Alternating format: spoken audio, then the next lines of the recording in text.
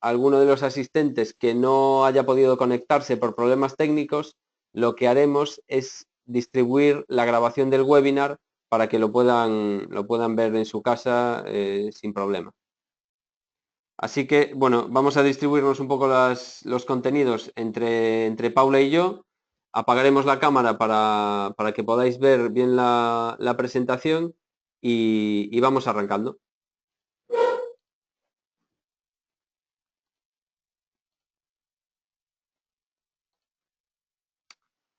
En la agenda de hoy tenemos la parte de presentación que acabamos de hacer. Os hablaremos un poco de los sistemas de certificación de edificios sostenibles en general.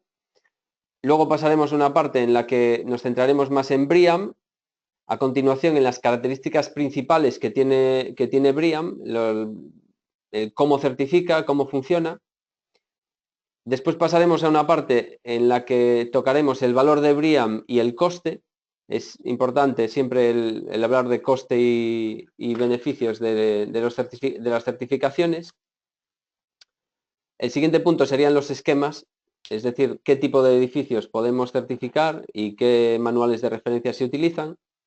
Y por último hablaremos de la figura del asesor, que es también un poco un tema importante porque nos diferencia también de otros sistemas de certificación.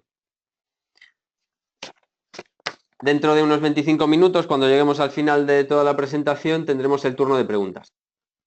Podéis ir, como decía, enviando preguntas al chat o guardaroslas hasta el final y las vamos respondiendo.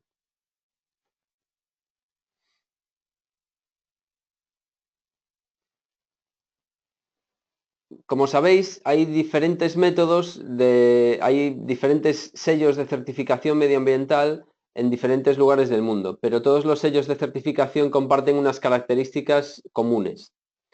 Todos se basan en un método de evaluación y certificación de la sostenibilidad de la construcción. Están basados en una guía técnica de referencia.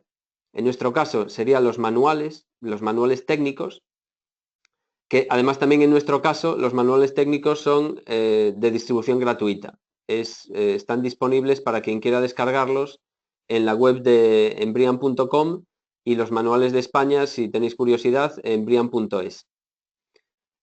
A partir del manual, cualquier profesional podría tener una guía con la que lograr que su edificio sea más sostenible. Pero si además quiere demostrárselo a un tercero, pasaríamos a aplicar un sistema de certificación. Es decir, la guía es gratuita, pero el sistema de certificación implica la intervención de una tercera parte, de un organismo de certificación que tiene que verificarlo, y ahí ya entran, digamos que costes de asesor y costes de organismo de certificación. Los sistemas de certificación, como sabéis, están transformando el sector de la edificación. Lo están transformando porque los beneficios que generan y la seguridad que da a los inversores y a los usuarios está haciendo que muchos promotores y muchos constructores vean el beneficio y lo estén demandando. Entre los motivos principales, por supuesto, están la reducción de los costes de operación y el incremento de valor en los activos. Básicamente, en activos comerciales, lo que los promotores persiguen es conseguir mayores rentas y mayores niveles de ocupación. Decíamos que hay muchos certificados de sostenibilidad en el mundo. El evaluar la sostenibilidad de una edificación es un problema complejo y que muchas veces viene determinado por el lugar en el que se realiza el edificio, en el lugar en el que está implantado el edificio. Y por eso, en cada localización hay una respuesta un poco diferente. Aún así, a nivel internacional, los dos certificados que tienen más relevancia y más implantación en el mundo son, por un lado, BREEAM, que nació originalmente en Reino Unido, y por el otro lado, LEED, que nace en Estados Unidos. BREEAM comienza su historia en el año 1988, y es el primer certificado en el mundo. El esquema de certificación, como decimos, nace en el 88 y el primer edificio de oficinas se certifica en el año 91. Es decir, son ya más de 25 años desde el primer certificado. Y eso también un poco marca la diferencia y marca lo que digamos, lo que distingue a BREEAM.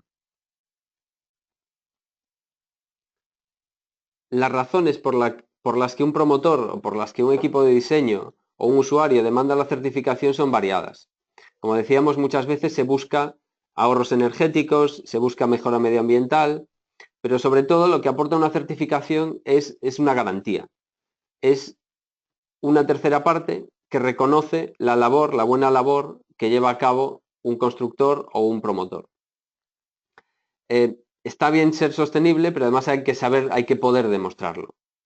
Y cualquiera puede decir que construye de una forma sostenible, pero solo lo podrá decir con peso si esto se basa en un sistema reconocido en el mundo. El reconocimiento del sistema, digamos que es un factor importante. Además, muchos promotores lo que buscan es diferenciarse del competidor, es decir, tener algo que el competidor no alcanza. Y bueno, puede resultar una ventaja competitiva en el mercado. Los sistemas de certificación, además, lo comentábamos antes, proporcionan una muy buena guía de buenas prácticas sobre cómo llegar a una construcción sostenible. El valor de tener una guía de buenas prácticas y de tener un sistema que constantemente esté actualizado y constantemente vaya evolucionando e incluyendo los desarrollos que el mercado va generando, es importante para estar siempre al día, para no quedarse atrás en el proceso. Al final es importante también tener un certificado, tener un papel, un documento que nos diga realmente cómo de sostenible es la solución que estamos proponiendo. Y para nosotros es muy importante que cuando un promotor se mete en un proceso de certificación, cuente con un proceso claro, un proceso ordenado, que le diga qué pasos tiene que seguir y cómo funciona cada momento del proceso para que todo sea ordenado y todo sea gestionable de una forma racional.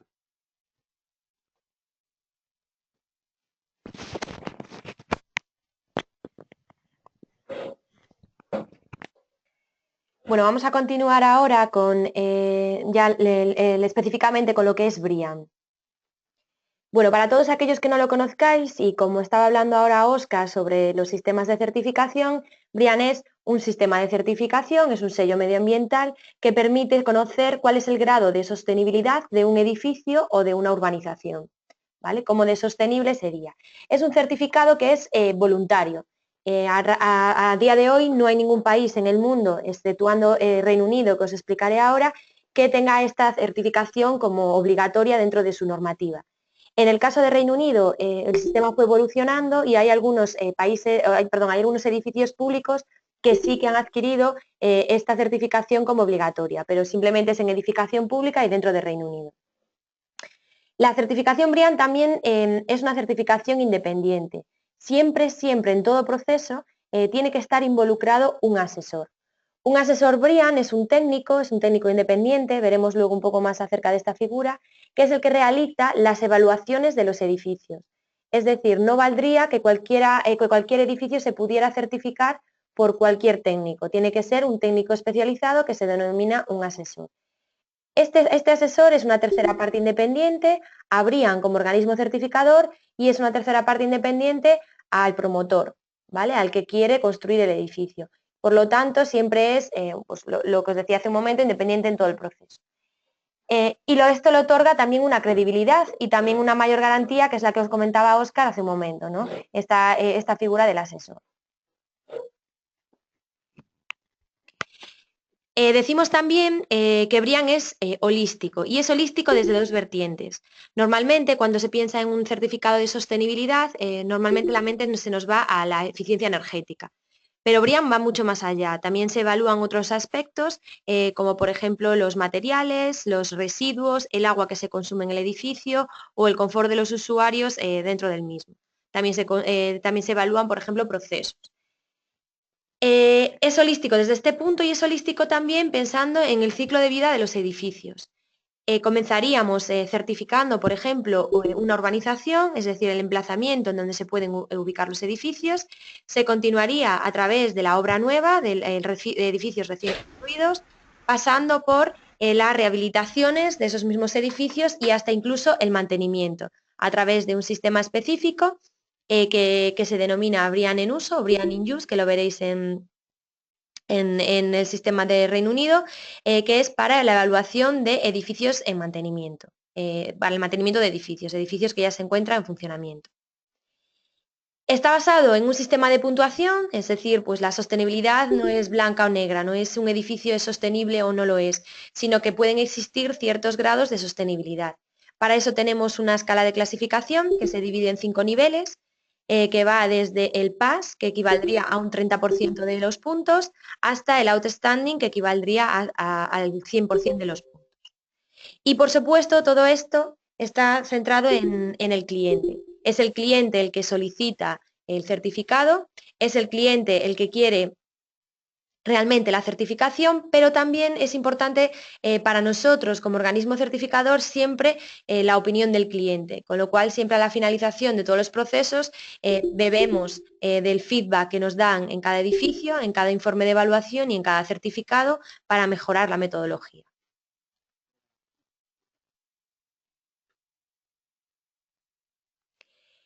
Y hasta hace un momento estábamos hablando de todas las certificaciones que hay en el mundo, estábamos hablando pues de LEED, de otros certificados en otros países y en otras partes, y aquí os vamos a contar por qué deberíais elegir BREEAM, ¿no? O sea, al final nosotros venimos, como siempre decimos, a hablar de nuestro libro, por qué deberíamos elegir BREEAM. Y podemos resumirlo en 3 puntos. El primero, porque es el primer certificado que hubo en el mundo, que como os decía Óscar hace un momento, nació en el año 88 y a raíz de esta certificación surgen muchas otras.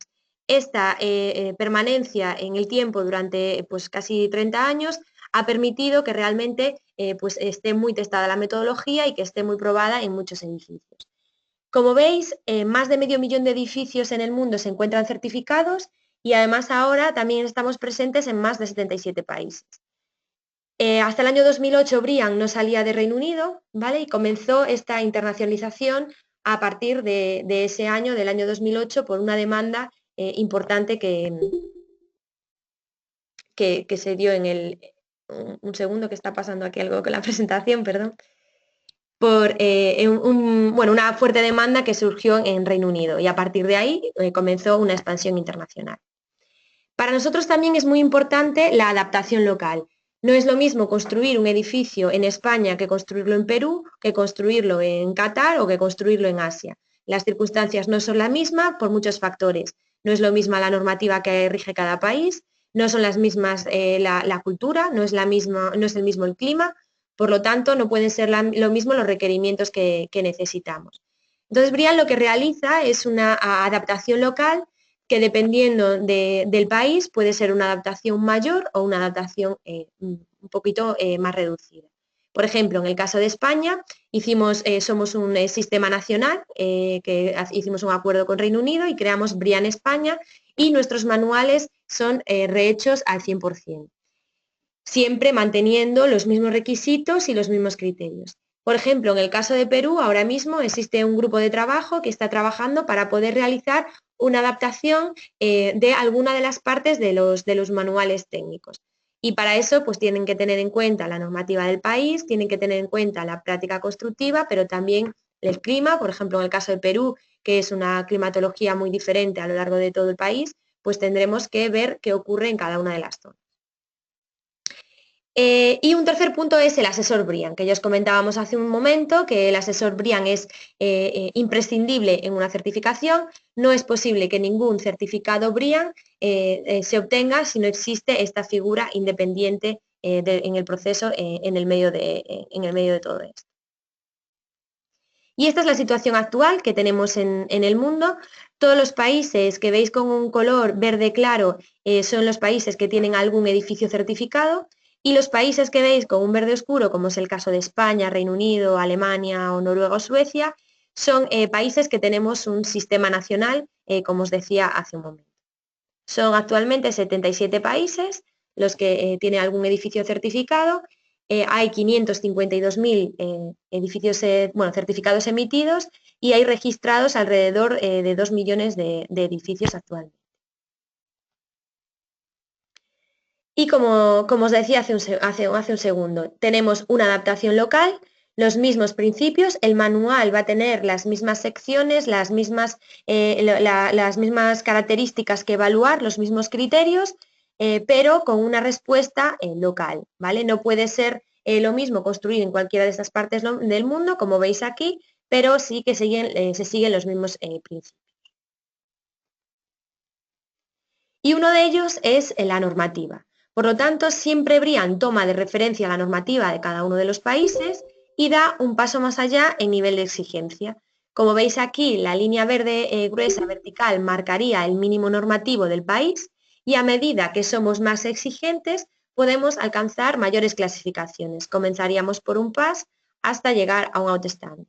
La gráfica verde clara lo que quiere decir es que la mayor parte de las certificaciones están concentradas en las clasificaciones medias, en Pass, Good o Very Good. Llegar a clasificaciones de Excellent o de Outstanding es un poco más complicado, ¿vale? El edificio necesita tener unas características de sostenibilidad mucho más elevadas, la exigencia es mucho más alta y por lo tanto pueden llegar a esas clasificaciones menos edificios.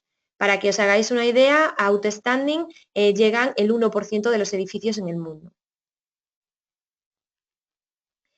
Teniendo en cuenta esto, se puede evaluar todo el ciclo de vida, como os decíamos hace un momento, comenzando por Master Plan. Existe un esquema de clasificación que se denomina Communities, que va enfocado a nuevas urbanizaciones o regeneraciones urbanas, a lo que es el propio emplazamiento, sin evaluar la edificación.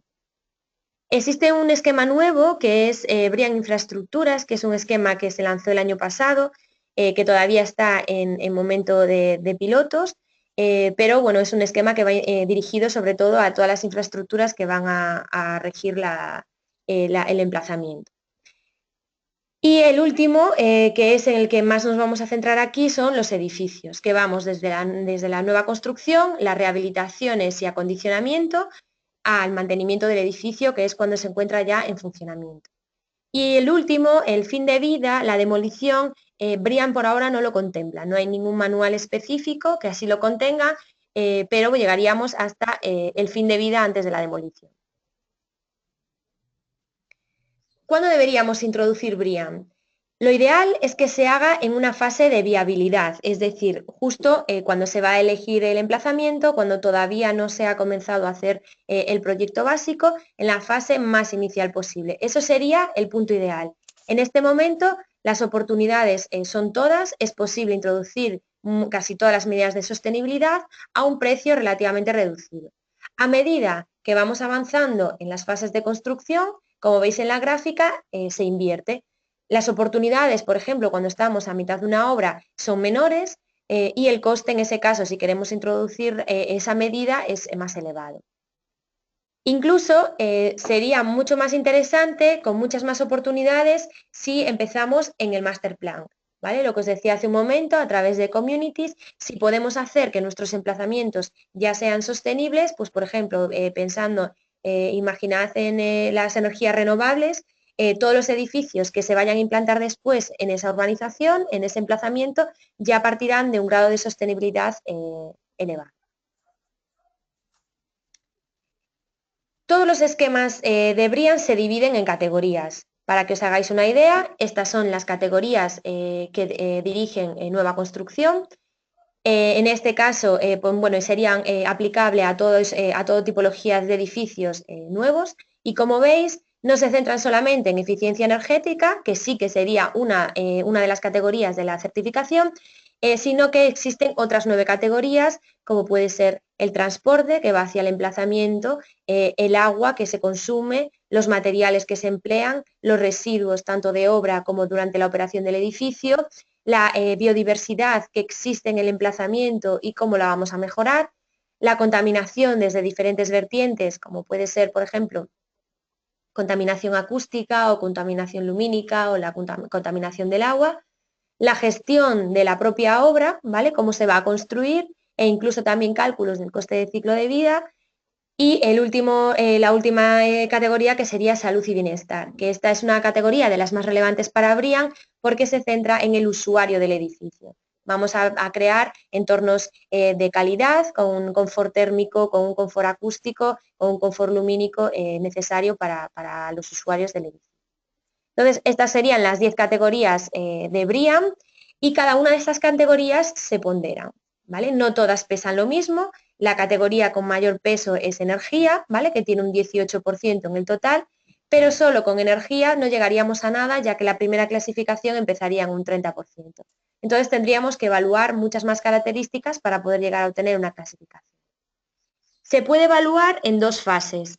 En la fase de diseño, en donde podríamos obtener un certificado provisional, y esto se obtendría justo antes de comenzar la obra. Nos permite saber en qué situación se encuentra el edificio antes de empezar a construirlo, en qué clasificación se obtendría y cuál es su grado de sostenibilidad, lo que podría ayudar también al promotor a poder publicitar su edificio con unas ciertas características que se pueden garantizar a través de este certificado en el momento de diseño. Pero el certificado final del edificio únicamente se obtiene en la fase de postconstrucción, es decir, cuando se finaliza la obra y cuando se puede ver de verdad que sí que se ha construido tal y como se indicaba en la fase de diseño. Entonces es en este momento en el que se obtendría ese certificado final.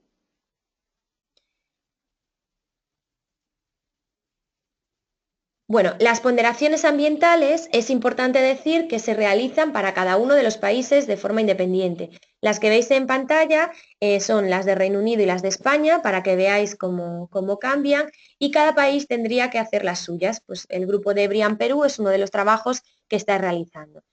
Las ponderaciones ambientales se realizan o bien a través de un grupo, como es el caso de Perú, o bien a través de los primeros proyectos que se realizan en el país.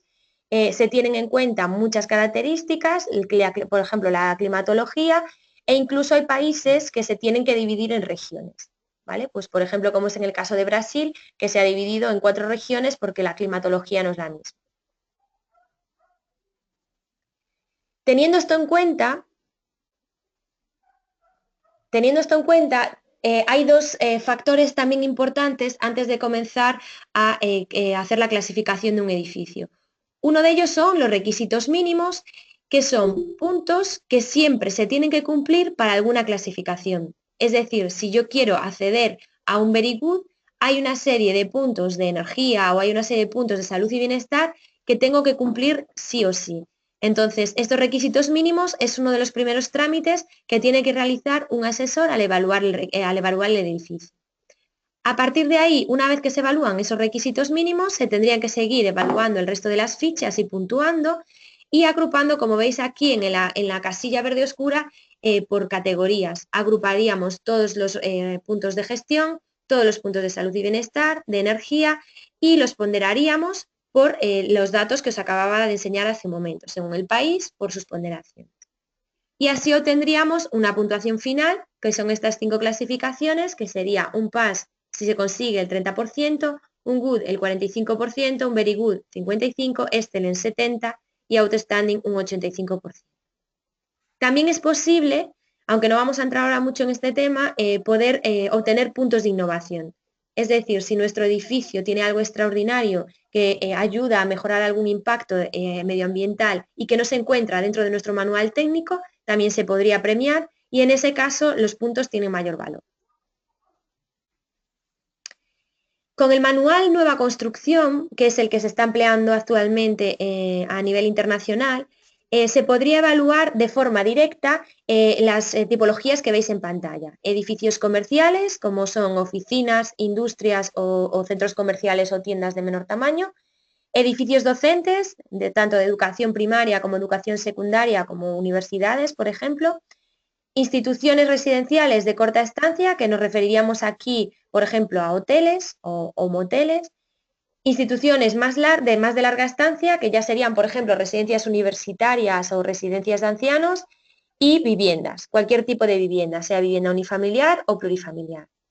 Cualquier otro edificio que se quiera certificar, imaginad un museo o un hospital, se puede realizar, pero tendría que hacerse a través de lo que veis en la parte inferior de la pantalla, que se llama un proceso bespoke, que sería un proceso a medida para el edificio que queréis certificar. Es decir, que actualmente se puede certificar cualquier edificio, cualquier tipología doméstica y no doméstica. ¿Y cómo sería un proceso de evaluación? Una vez que se toma la decisión de certificar por parte del cliente, se define un asesor. existe un listado oficial a nivel internacional en brian.com, en donde se puede acceder a quiénes son todos los asesores actualmente en el mundo. Por ejemplo, ahora en Perú existen ya dos asesores. Estos asesores son los que realizan el registro del edificio en Brian y los que inician el proceso de evaluación. Normalmente lo que se suele hacer en una primera instancia es hacer una preevaluación. Vamos a comprobar cómo se encuentra el edificio con la idea inicial, por ejemplo, que tendría nuestro cliente y a dónde quiere llegar, a qué clasificación quiere llegar y qué medidas tendría que tomar. Normalmente se define una estrategia y nuestros asesores, por la experiencia que tenemos, suelen calificar, digamos, los requisitos en tres categorías, ¿no? Los requisitos que pueden obtenerse directamente, pues por ejemplo, por el emplazamiento. Imaginaos un edificio que se encuentre en el centro de Lima, pues el transporte lo tiene fácil, ¿no? Entonces, en ese caso, los puntos por transporte los puedo obtener de forma directa sin tener que hacer nada. Hay otra serie de puntos que ya dependen de la estrategia del cliente, de si quiere realizarlos o no, y hay un tercer grupo de requisitos que ya serían pues los que no se podrían obtener, pues por ejemplo, pues también por razones imaginaos del emplazamiento. En vez de estar en una zona como es el centro de Lima, que podría estar en una zona rural y esos puntos de transporte pasaría a perder. Una vez que se definan todo esto, cada una de la puntuación que se va a obtener en cada uno de los requisitos, el asesor recoge todas las evidencias, es decir, se tendría que documentar de forma objetiva cada uno de estos puntos, los reúne en un informe y los entrega a Brian. Y se podría obtener, en primer lugar, el certificado en fase de diseño y de ahí al certificado final, o podría ir directamente al certificado final, sin pasar por la fase de diseño.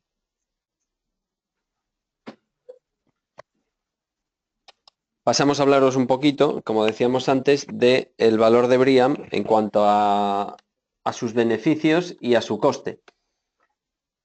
En cuanto al coste de un edificio sostenible, de un edificio que se certifique con Brian, os vamos a hablar brevemente de un estudio que se hizo en 2014 sobre edificaciones en Reino Unido, pero que puede ser muy extrapolable a otros lugares del mundo. Es un edificio que lo publicó VRE y reflejando los resultados de un estudio hecho por City Suite, consultores de costes. Las conclusiones eran que llegar a clasificaciones BREEAM de muy bueno o superior equivalía a unos costes adicionales, por lo general, menores de un 2%. Y que además estos costes adicionales se recuperan a través de ahorros en consumos en un periodo de tiempo entre 2 y 5 años. Cuando hablamos de costes, hablamos de sobrecostes de construcción, que serían los sobrecostes derivados de medidas que se aplican en el edificio para hacerlo más sostenible, sobrecostes de costes del asesor, digamos que los honorarios profesionales del asesor que evalúa el edificio, y sobrecostes y el coste debido a las tasas de certificación de BREEAM. Así que un poco estarían estos tres costes estarían incluidos en este 2%. Los costes de las tasas de certificación, los costes del asesor y los costes de las medidas que se implantan en el edificio. En cuanto a los beneficios, en cuanto a quién beneficia el certificar un edificio, pues normalmente lo miramos en función de quién es el receptor de estos beneficios. En general, a los usuarios, su motivación suele pasar por una mejora de la calidad de vida, por un mejor aire interior, por un mejor confort, por un mejor confort acústico, etcétera, etcétera. También normalmente los usuarios buscan consumo energético, ahorros en consumo energético y en consumo de agua. Y cada vez más los usuarios perciben, y así lo demuestran varios estudios, sobre todo en los países en los que el certificado está más implantado, un incremento de valor de la vivienda a lo largo de su vida útil. El coste o el valor de reventa de un edificio certificado suele ser mayor que de un edificio que no lo está. En cuanto a los beneficios para un propietario o para un inversor, normalmente suelen basarse en el valor del edificio, en el incremento de valor puro de la inversión. ¿Y por qué? Porque perciben, aquí sacamos una cifra de 7,5 que viene de un estudio, además un estudio que se hizo entre Estados Unidos y Europa, y que refleja un incremento de valor medio, aunque cada caso en particular es diferente. Normalmente lo que buscan los inversores son edificios que les den garantías, de calidad. Y un edificio que está certificado le aporta a un inversor, a un fondo de inversión extranjero o a un inversor que acude a un país que no conoce, le ofrece una garantía objetiva e internacionalmente verificable. Es decir, que hay una tercera parte que verifica la calidad de ese edificio, y eso para un inversor es importante y lo refleja en este incremento de valor. Además, en muchos casos, tener un certificado te da acceso a condiciones de financiación bancaria diferentes y normalmente preferentes con respecto a edificios que no están certificados. Por supuesto, también es muy importante para el inversor los ahorros de gastos de mantenimiento y funcionamiento, los gastos de agua, y también es importante el que el inversor pueda comparar la calidad de diferentes inversiones en diferentes sitios del mundo.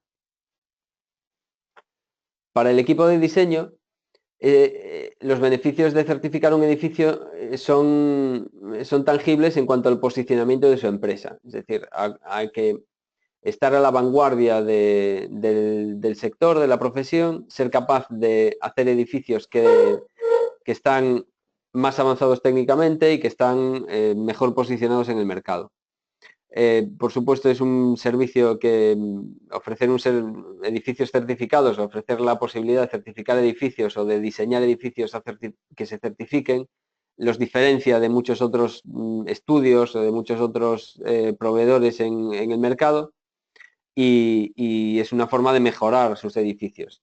Además, como decíamos al principio también, el hecho de que los manuales se actualicen de una forma regular y constante hace que el equipo de diseño esté siempre a la vanguardia de lo que es el avance de la técnica en el diseño de edificios.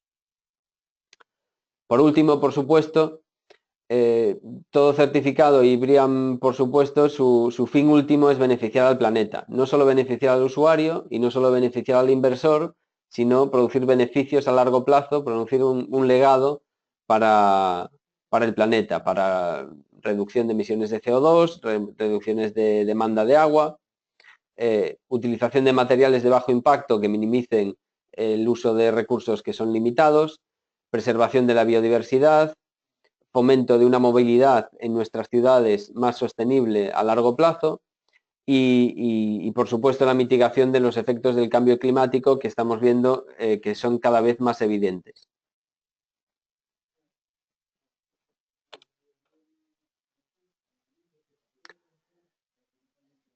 Os comento rápidamente un informe emitido en 2015 por RICS en Europa, en el que compara la situación de los diferentes certificados en los distintos países europeos. Hacen básicamente una recopilación de cuántos edificios certificados existen en cada país y llegan a unas conclusiones en cuanto a la cuota de mercado de cada certificado en Europa. Las conclusiones son que el 80% de los certificados, alrededor del 80%, son BREEAM en los países europeos, seguidos de HQE, y ese es un sistema nacional francés que tiene una gran implantación en Francia, pero implantación muy escasa fuera del territorio francés, y el 9% se reparten entre DGNB, que es el sistema alemán, y LEED, que es el sistema americano o estadounidense. Os dejo unos cuantos informes también, los dejamos en la presentación, por si alguien quiere entrar a ver un poquito más datos más concretos de los beneficios de certificar y de las comparativas entre diferentes certificados, pero bueno, no vamos a entrar mucho más en estos datos.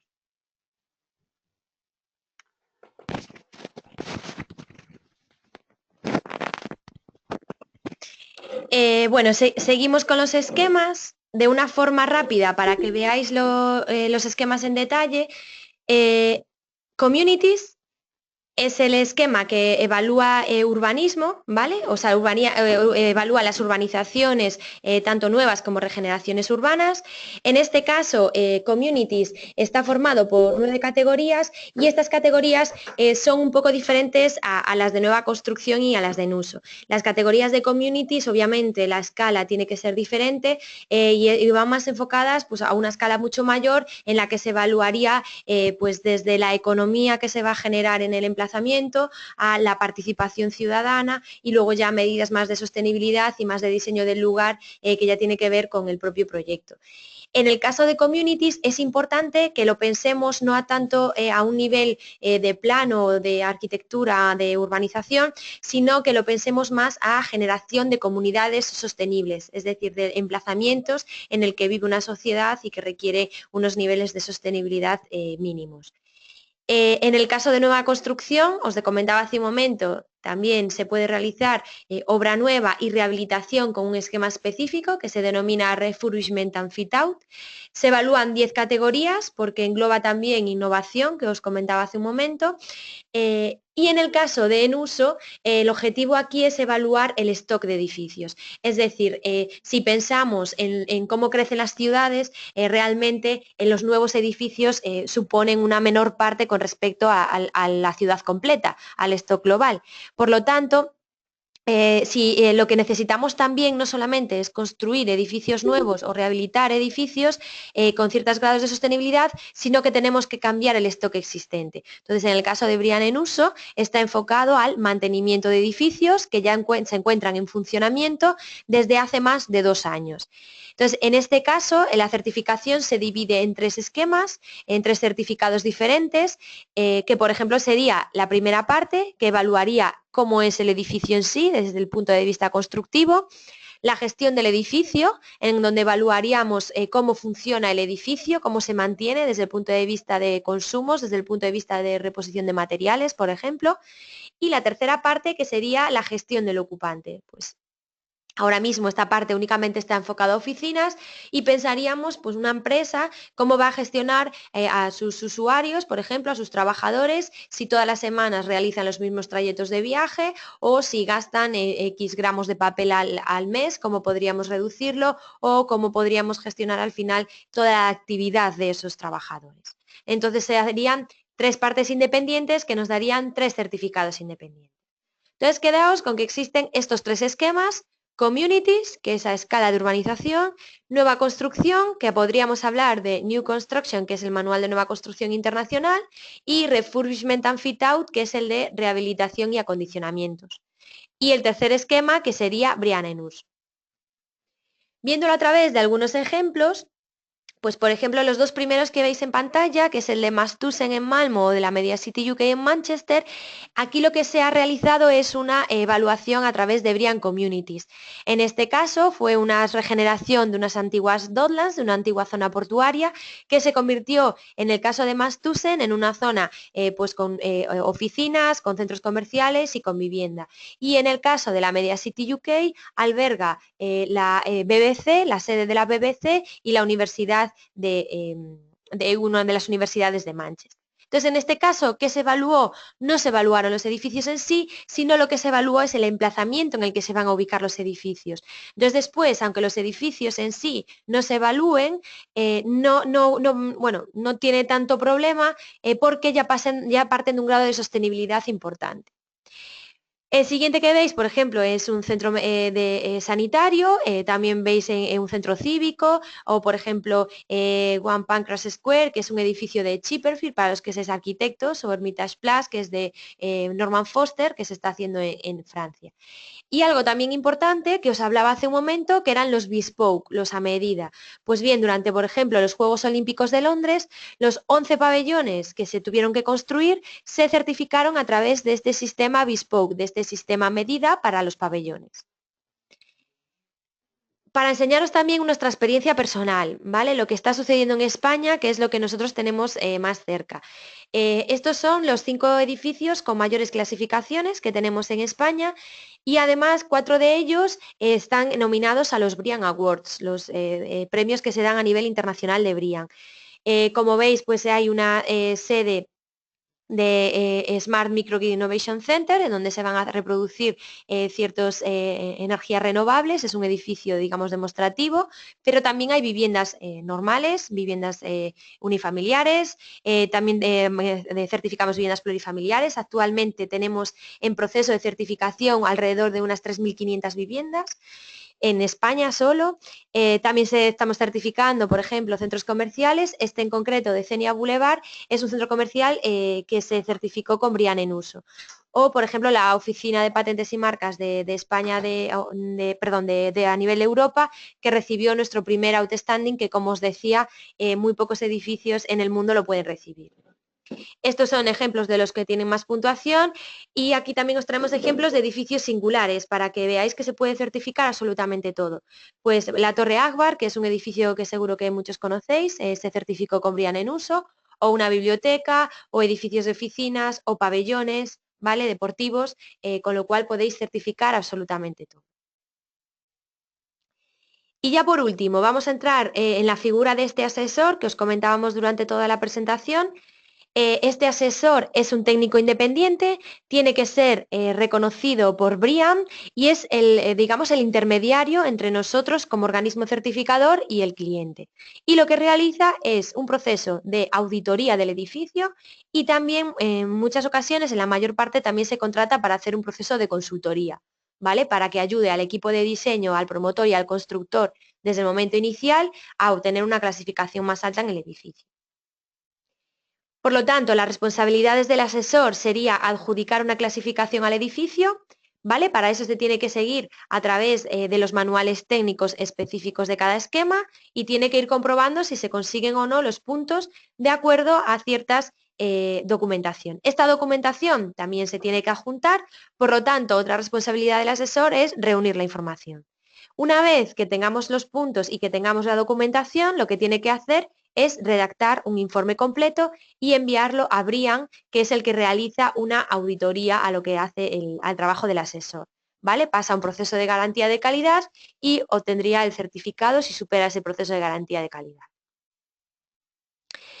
Y como muchos nos preguntasteis también en qué consiste la formación para poder convertirse en asesor y que en concreto fue, por ejemplo, la que dimos el año pasado en Lima, consiste en el primer lugar, hay que realizar una formación online de alrededor de 30 horas, que puede exceder un poquito de esas 30 horas si os metéis a fondo en el manual técnico, y toda esta información estaría en español. Hay una plataforma, si os inscribís os daríamos acceso a la plataforma a través de una serie de vídeos y una serie de ejercicios, y todo esto sería documentación en español, igual que el manual técnico. Una vez completada esta formación online, realizaríamos una formación presencial, que únicamente serían 2 días, que también realizaríamos en español. El tercer punto sería hacer un examen. Este examen se divide en 2 partes, lo que se conoce como General Understanding, que es la parte más genérica, más de proceso, y una parte que sería el Technical Paper, que es la parte más técnica. Cada examen tiene 25 preguntas y es necesario sacar un 60% en cada una de las partes. Y también se haría en español, os daríamos una copia en inglés y una copia en español, que sería la traducción literal de ese examen. Y el último punto para convertiros en asesor sería obtener la licencia. Además tenéis la suerte que en el caso de internacional la licencia es gratuita. Entonces, en el momento de superar el examen, simplemente tenéis que seguir los pasos que se os indican en el correo electrónico por parte de Reino Unido y ya pasaríais a formar parte de la red de asesores y apareceríais en el buscador oficial de asesores para poder empezar a trabajar.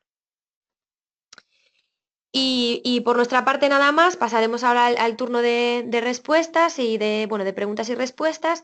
Estas son las 4 formaciones que realizamos el año pasado en Latinoamérica, como os comentó Óscar. La primera, que es la de Perú, después fuimos a México, a Cuba y a Argentina. Pasamos al turno de preguntas, que vamos a ir leyendo a través del chat, que ya fueron llegando.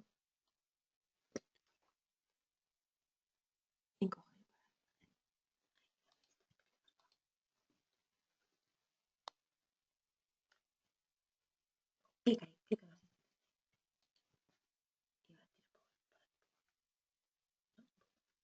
ahí.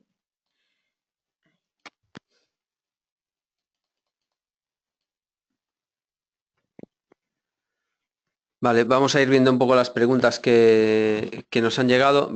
Casi que vamos a poner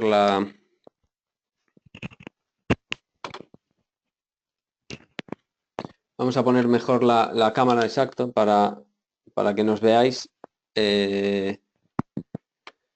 Vale, Rocío Mundaca nos está preguntando, ¿existe experiencia en algún país que manejen 2 o más puntuaciones en caso de países que tienen diversidad climática y problemáticas ambientales? Pues sí hay países en los que el propio país, a través de grupos de trabajo, a través de los proyectos que se van certificando, se llega a dividir el país en varias zonas ambientales, en varias zonas Sí, climáticas. está China, por ejemplo, Sudáfrica y Brasil. Estos son los 3 que actualmente tienen divididas las zonas climáticas. Todo nos hace pensar, a través de la experiencia del grupo de Perú, que Perú va a ser uno de los casos en que se divida en varias zonas climáticas, porque además, por lo que nos contaban cuando estuvimos ahí, tenéis la suerte, entre comillas, de tener todas las clasificaciones climáticas posibles dentro de un país, lo cual es bastante curioso, ¿no? Tenéis clima de alta montaña, clima tropical, clima amazónico, es decir, lo tenéis todo ahí. Así que entiendo que Perú será uno de esos casos en los que se dividirá en muchas zonas climáticas para reflejar esas diferentes problemáticas en diferentes zonas. Vale. María, pasemos a la siguiente pregunta. María Rodríguez nos pregunta, ¿existen categorías de certificación como Silver, Platinum, Gold, como en el caso de LEED? Sí, esto lo fuimos tocando en la presentación. Probablemente la pregunta es de antes de que llegáramos a ese punto. En BREEAM las clasificaciones van de 1 estrella a 5 estrellas. Van del Pass para una estrella al Outstanding para 5 estrellas. En lugar de ser 4 clasificaciones, son 5. Digamos que son 5 pasitos en lugar de 4, pero sí, son categorías con un poco la misma forma. También Rocío Torres nos pregunta, en Perú es muy conocido LEED. ¿Qué ventajas ofrece BREEAM sobre LEED? ¿Ventajas técnicas y económicas para que el cliente se decida por una? Lo estaba comentando un poco Paula, ¿no? En su parte de la presentación. Nosotros tenemos básicamente 3 cosas que nos diferencian. Nos diferencian de LEED y de cualquier otro. Lo primero que BREEAM es el primer certificado en el mundo y el más expandido. Es el que más experiencia tiene, es el más testado. La segunda diferencia que tiene BREEAM es la adaptación local. Y creo que en el caso de Perú es especialmente importante, en el caso de América Latina en general. Es decir, que BREEAM siempre intenta adaptarse en lo posible a las normativas locales, al idioma local, a la forma de construir local. De forma que no se está imponiendo una normativa extranjera a un país, sino que es el propio país el que se toma sus normativas como referencia. Esto, por ejemplo, en España es muy importante porque es muy difícil a estudios de arquitectura, a promotores, a ingenierías españolas pedirles que trabajen con normativa extranjera, porque no es la normativa que manejan en el día a día. Entiendo que en Perú os pasará un poco lo mismo. Si tu estudio, si tu empresa está acostumbrado a trabajar con una normativa, como referencia, pues es difícil luego cambiar a otra. Entonces, para nosotros es importante esa adaptación local. Y la tercera ventaja que ofrece BREEAM es la figura del asesor. Y es que es obligatoria. Es que en cualquier proceso BREEAM siempre tiene que haber un asesor. El asesor siempre tiene que estar velando porque el proceso se lleve a cabo de una forma profesional, ordenada y lógica. ¿Esto a qué nos lleva? A que las tasas de abandono de certificación en BREEAM son muy bajas. Es decir, quien registra un edificio para certificarlo con BREEAM, en el 90%, 95% de los casos lo acaba certificando, porque siempre hay un asesor que guía ese proceso. Eso es importante para que el cliente no se frustre también en ese proceso. Siguiente pregunta, nos pregunta María Rodríguez, ¿se puede certificar unidades menores a un edificio, por ejemplo, un piso o una oficina?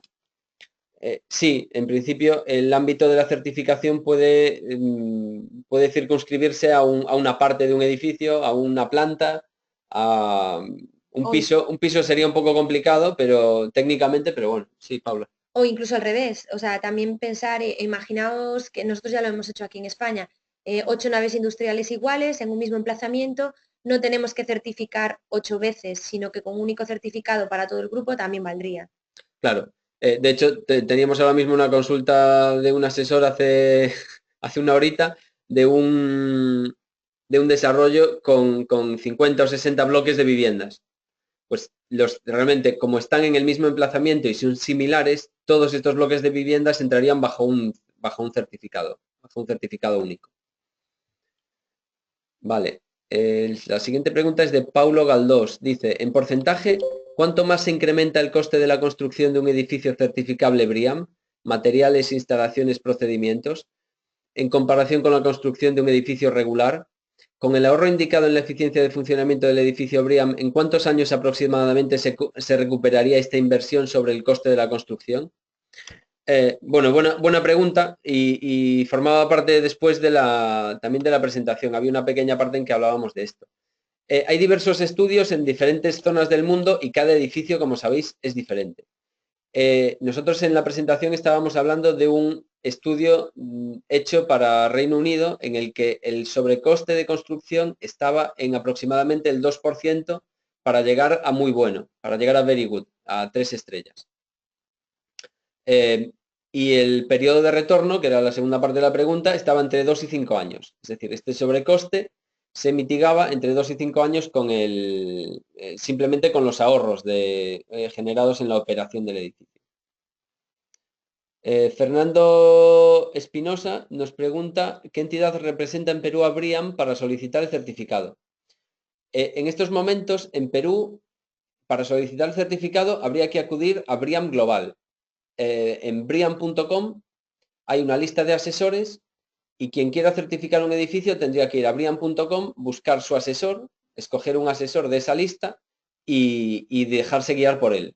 El asesor reconocido, el que está en la lista de bream.com, es el que va a dirigir el proceso y el que va a ponerse en contacto con BREEAM Internacional y llevar a cabo todos los trámites. En ese sentido, el cliente siempre va de la mano del asesor, a través del asesor. Nos pregunta también Fernando, ¿BREEAM contempla un plan de educación que el proyecto deba seguir post-certificación? Sí, Paula, que creo que lo tiene más fresco que yo, pero sí que hay una parte en gestión en la que hay una formación de usuarios, etcétera. Sí, en gestión tenemos bueno, varios requisitos. Unos tienen que ver con la puesta en servicio a un año después de que se obtenga la certificación. Se tiene que prever una puesta en servicio durante los 12 meses siguientes. También tenemos un documento que es la evaluación posocupación, ¿vale? De cómo se va a hacer el seguimiento. También preparamos el edificio para que los usuarios lo sepan funcionar a través de esta guía que os comentaba ahora Óscar, una guía de funcionamiento y mantenimiento. Y después, para seguir haciendo un plan de mantenimiento del edificio, lo que se pasaría sería a BREEAM in use, a BREEAM en uso, que sería el certificado que permitiría mantener esa calidad del edificio a lo largo del tiempo. Lo que nos comentamos hace un momento, que creo que es importante, un edificio de nueva construcción o una rehabilitación, la validez del certificado es del día que se emite. Es decir, si hoy, 8 de febrero, emitimos el certificado de vuestro edificio, pues tendría la validez de hoy, 8 de febrero. Todo lo que venga a posteriori no entraría dentro del certificado. En el caso de BREEAM en uso es diferente. En el caso de BREEAM en uso hay una recertificación cada 3 años para poder hacer ese mantenimiento del edificio. Entonces, una vez que se obtenga el certificado por lo que es el edificio nuevo, al cabo de 2 años se podría entrar en este ciclo de poder evaluar el edificio cada 3 años y que siga con ese nivel de sostenibilidad. Bien, la siguiente pregunta es mucho más fácil. Dice, ¿es posible tener esta presentación para poder leerlo más detalladamente? Os la circularemos. Podemos preparar un PDF y circularos la presentación sin ningún problema. Nos dice Rocío también, Rocío Mundaca, ¿cuántos asesores existen en Latinoamérica? ¿El asesor puede aplicar en cualquier país considerando que cada país tiene puntuaciones y realidades diferentes? Vale. Sí, los asesores cualquier asesor internacional puede certificar edificios en cualquier país del mundo bajo el manual internacional. Antes lo veíais en es decir, para el caso de Latinoamérica, por no extenderme mucho, cualquier asesor de Perú, por ejemplo, puede certificar edificios en cualquier país de América Latina, sin ningún problema. Y en cuanto a cuántos asesores hay en Latinoamérica, no tengo el dato ahora mismo en la mano, pero de las formaciones que dimos el año pasado, me consta que hay como 10, 20, yo creo, en sí, total. unos 20 que pueden estar ya en la lista de Brian.com o que Sí. estén en trámite, ¿vale? Porque hay un trámite, sobre todo en la parte de seguros, que a veces lleva su tiempo, ¿vale? En cuanto a seguros de responsabilidad civil profesional. Si hacéis el curso y os queréis hacer asesores, en el momento de entrar en la lista tenéis que probar que tenéis un seguro de responsabilidad civil válido y al día antes de entrar en la lista. Y eso a veces lleva su tiempo. Vale.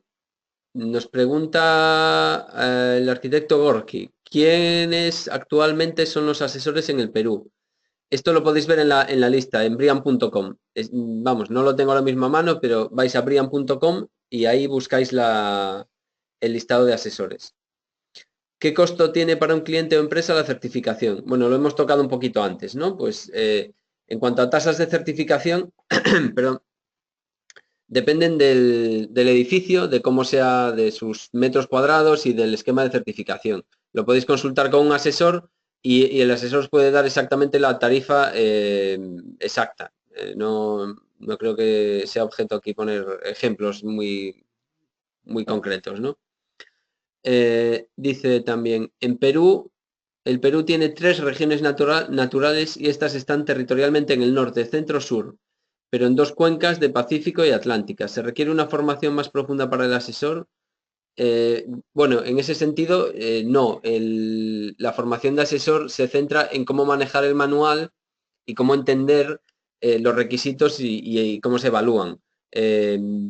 Digamos que la diversidad climática es parte del asesoramiento, no tiene más Y problemas. claro, además pensad que las ponderaciones ambientales, una vez que están hechas para el país, no se modifican. Todos los edificios se van a regir por las mismas. Entonces no tenéis que tener conocimientos climatológicos para definir esas regiones porque ya van a estar definidas. Y además en vuestro caso, que ya hay un grupo de trabajo, se definirán todas al mismo tiempo. Entonces no tenéis que tener ese conocimiento para poder hacer, simplemente cogéis los datos y los utilizaríais. Claro.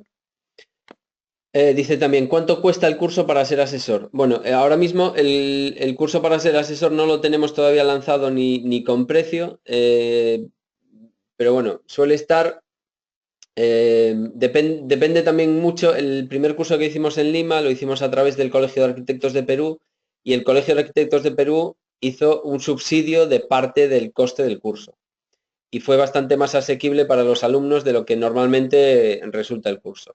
El curso suele estar en los $1.300, 1.300, $1.400 para Latinoamérica. Es un poco el precio que está fijado. Pero, como os digo, depende mucho de si hay una entidad que está detrás y apoya y subsidia una parte, pues puede resultar más económico.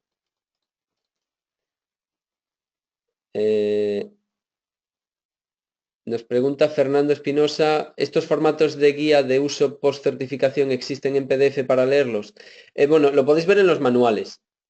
El manual de internacional es de libre distribución. Si os metéis en brian.com y buscáis el manual, es gratis para verlo y para visualizarlo y para que trabajéis con él. Si alguien tiene interés en el manual en español, nosotros lo tenemos también traducido a español. ¿Vale? Lo podemos enviar. Os lo podemos enviar también en español para que lo tengáis como referencia. El que veréis en brian.com es el manual oficial que está en inglés. Carlos Rosales, al que aprovecho para saludar. Hola, Carlos. Nos pregunta, ¿qué costo aproximadamente tienen los asesores? ¿Este rubro se incluiría como soft cost para el financiamiento del edificio? El coste del asesor depende, es libre mercado. Es decir, lo que siempre le recomendamos al cliente es que vaya a brian.com, busque más de un asesor, busque 3 o busque 5 asesores y les pida oferta a 3 o 5 y que compare y que negocie con los asesores el coste que es, vamos, adecuado. Y en cuanto a si son soft cost, sí, en principio se suelen incluir como honorarios profesionales igual que otros profesionales que intervienen en el edificio, pues igual que el equipo de diseño o especialistas que puedan intervenir para acústica o para otro tipo de, para modelado energético, etcétera. Es un profesional más, un soft cost más. Nos pregunta Carlos Rosales también, ¿es necesaria la presencia física del asesor en la obra? Pensando en rubros de viaje. Sí, nosotros lo que pedimos es que en la fase de diseño, digamos que tenemos dos certificados. Tenemos el certificado en fase de diseño se basa en el diseño del edificio antes de construirse y ahí digamos que no sería necesaria una presencia física del asesor en ningún sitio porque realmente se evalúan documentos. Pero en la fase de obra, nosotros lo que pedimos en BRIAM es que el asesor complete un informe fotográfico, un informe de visitas a obra en las que realmente comprueba in situ el asesor el cumplimiento de las medidas. Y para hacer ese informe tiene que visitar la obra. Así que se requiere un cierto número de visitas, que dependen mucho de la complejidad del proyecto. Ana Lugranda nos dice, ¿es cierto que el seguro debe tener una cobertura de 2 millones de libras para poder ser asesor BRIAM? El seguro entiendo que se refiere al seguro de responsabilidad profesional, el seguro de responsabilidad civil. Creo que en este momento está en 1 millón. Creo que es 1 millón de libras, la RC, para los profesionales. Hay profesionales pequeños que les cuesta más llegar a ese seguro de 1 millón y hay empresas grandes que lo tienen ya por defecto, ¿no? Empresas grandes que trabajan con grandes promotores suelen tener RCs elevadas. De todos modos, es un tema que estamos mirando para poder flexibilizar en internacional, pensando en América Latina. Nos pregunta el arquitecto Molinari la identidad que los identifica, cuánto tiempo tiene vigencia en el mundo, su representante en el Perú y cuál es su página web, etcétera. Vale. La entidad, como os digo, es BRIAM Global, es BRI Global y está basada en Reino Unido. Es una entidad británica, está en Reino Unido, es una entidad sin ánimo de lucro y es la que lo representa. La página web es briam.com. En Perú hay un grupo de trabajo, el grupo de BRIAM Perú, que está trabajando en ayudar a la adaptación, pero no es un grupo legalmente constituido, ni tiene una entidad legal, ni tiene capacidad de obrar, digamos. Es un grupo que por ahora pretende ser un germen, no tiene una entidad todavía como, pues eso, como empresa o como asociación. Luego sigue diciéndonos adaptación de los sistemas de certificación con relación a una normativa peruana, Reglamento Nacional de Edificaciones, normas municipales. Bueno, en cuanto a adaptación local, pues precisamente este grupo de BRIAM Perú está trabajando en esta adaptación local. Está trabajando en buscar cómo las normativas locales de Perú pueden adaptarse al certificado y cómo pueden justificar ciertos requisitos. Normalmente en esto, para que tengáis en cuenta, se suele, desde Reino Unido se da una normativa básica, ¿vale? Si la del país es más exigente, se toma la normativa del país y si no es más exigente, se suele quedar con la normativa establecida como base para todo el mundo, ¿vale? Para tener todos unos criterios mínimos. Vale, sigue diciendo comunicación vía Skype, es posible a nivel Perú, contactos a establecer. Bueno, en cuanto a comunicaciones y a contactos y a crear una red un poquito de BRIAM en Perú, nosotros nos estamos apoyando en el grupo que se constituyó de una forma un poco espontánea, digamos, a raíz del primer curso, ¿no? Yo os animo a que contactéis con el grupo de BRIAM en Perú a través del CAP o a través de Capeco, de GBC Perú o de otras de las entidades que están dentro del grupo de BRIAM Perú. Si no, podéis contactar con BRIAM España y nosotros lo redirigimos. Darío González dice, legalmente y tributariamente, ¿cómo se justifica el 2% al asesor? ¿Quién paga el IGV? ¿Se presenta recibo de honorarios a quién? Bueno, entiendo que se está refiriendo a los costes de asesoría como asesor BRIAM. Al final son costes profesionales, igual que otro tipo de costes, y fiscalmente funcionarían igual que los costes de honorarios de diseño o honorarios de otro tipo. No tiene diferencia en absoluto en cuanto a esto.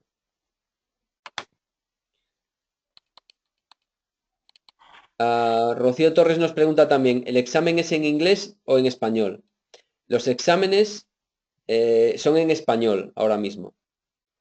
Los primeros exámenes que hicimos en América Latina el año pasado fueron en inglés. A raíz de las experiencias y gracias a que hay una demanda por parte de América Latina, hemos, digamos que, convencido a BRE Global en Londres a que nos dejen hacer los exámenes en español. Así que hoy en día se hacen en español. Se entrega una copia en inglés y una en español del examen y el alumno escoge cualquiera de los dos. Nos pregunta también el ingeniero Carlos Kluger, en la zona de Biobío, Chile, se cayeron edificios con certificación. ¿Qué sucede al respecto? ¿Existe algún tipo de manejo legal devolutivo por la condición telúrica del lugar? ¿Es posible algún tipo de acuerdo manejado? El porcentaje para materiales que se maneja el 12% puede ser mayor por las condiciones mencionadas. Bueno, no conozco el caso concreto de los edificios que se cayeron en Chile por temas sísmicos. Lo que sí os puedo decir es que, por ejemplo, el certificado realmente en temas sísmicos se mete relativamente, no entra, no es ámbito del certificado el comprobar la estabilidad estructural de un edificio. Eso es ámbito del diseño del edificio. Y entraría dentro de normativa que nosotros no verificamos. Claro, es normativa de obligado cumplimiento que tiene que cumplir cualquier edificio que se construye. E incluso edificios edificados cumpliendo normativa a veces se caen. Es decir, esto es así. No, digamos que cuando los sismos superan lo previsto en la normativa, pues pasan este tipo de cosas. Pero ahí digamos que se os escaparía del ámbito del certificado. El arquitecto Elaez nos dice, indican que dentro de los beneficios de BREEAM se logrará un ahorro del 25% de agua, por ejemplo. ¿El asesor trabaja junto al equipo proyectista para lograrlo? Sí, efectivamente, el asesor, como decíamos, lo ideal es que empiece a trabajar desde el principio del proyecto y vaya guiando al equipo de diseño para lograr este tipo de ahorros de agua. Que vaya logrando, pues ayudar al equipo de diseño a seleccionar las medidas que mejor funcionen para el edificio. Pues equipos de bajo consumo, reciclaje de agua, aprovechamiento de pluviales, etcétera. Es algo que hacen desde el principio. Y por ahora no tenemos más preguntas. No sé si nos queda algo más. Si alguien tiene ahora mismo todo el mundo tenéis los micros cerrados. Si alguien quiere hacer una pregunta de viva voz, nos lo puede poner en el chat y le abrimos el micro para que los pueda preguntar. En caso contrario, pues iremos despidiendo el webinar y lo iremos cerrando. De nuestra parte, pues ha sido 1 hora y 5 minutos, nos hemos ido un poquito de hora. En la parte de la presentación sobre todo, teníamos previsto 25 minutos y al final hemos estado 35, casi 40. Pero bueno, creo que lo podemos dejar aquí. Si no hay ninguna más pregunta. Bueno, nos pregunta Pablo, ¿desde cuándo entra en vigor el nuevo manual del 2016? Pues entró en vigor en junio 2016, a mediados del año pasado, o sea que ahora mismo es vigente.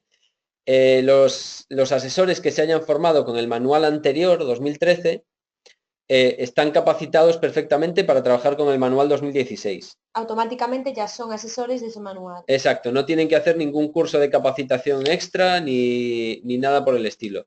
El manual es un cambio de manual, pero no es un cambio de funcionamiento. Quien sabe manejar el manual 2013 va a saber manejar perfectamente el 2016, ¿vale? Es cuestión de familiarizarse un poquito con él y sobre todo lo que más cambia es la categoría de gestión, pero el resto son cambios menores. Nos preguntan también, ¿puede un asesor de nueva construcción hacer una certificación de in-use? El certificado en uso requiere una formación extra. Esto sí que requiere una formación a mayores. Tendría que comprobar ahora mismo si esta formación de in-use extra está disponible online o tendría que ser presencial. No estoy seguro, pero podríamos consultarlo y os contestamos con un Porque, correo. por ejemplo, ahora para el caso de rehabilitación y acondicionamiento, la de Refurbishment y Fit Out, todos aquellos que seáis nueva construcción internacional, solamente tenéis que hacer un módulo online y ya una vez que superéis ese módulo online, ya seríais directamente también, ya estaríais habilitados para rehabilitaciones y acondicionamientos. Mm, Que hasta el año pasado había que hacer también una formación presencial, pero eso se ha cambiado. sí. Muy bien, pues lo vamos a dejar aquí. Muchas gracias por estar en el webinar y muchas gracias por vuestras preguntas. Espero que quede todo claro. Si no, siempre podéis consultarnos, como veis en pantalla, en brian@brian.es. Nos podéis enviar un correo ahí y os contestamos a cualquier duda. Os circularemos entonces un correo a todos los que estabais inscritos en el webinar con un enlace a la grabación del webinar y con un par de documentos adjuntos podemos incluir el manual y alguna otra cosita que nos habéis pedido. Muy bien, muchas gracias. Gracias.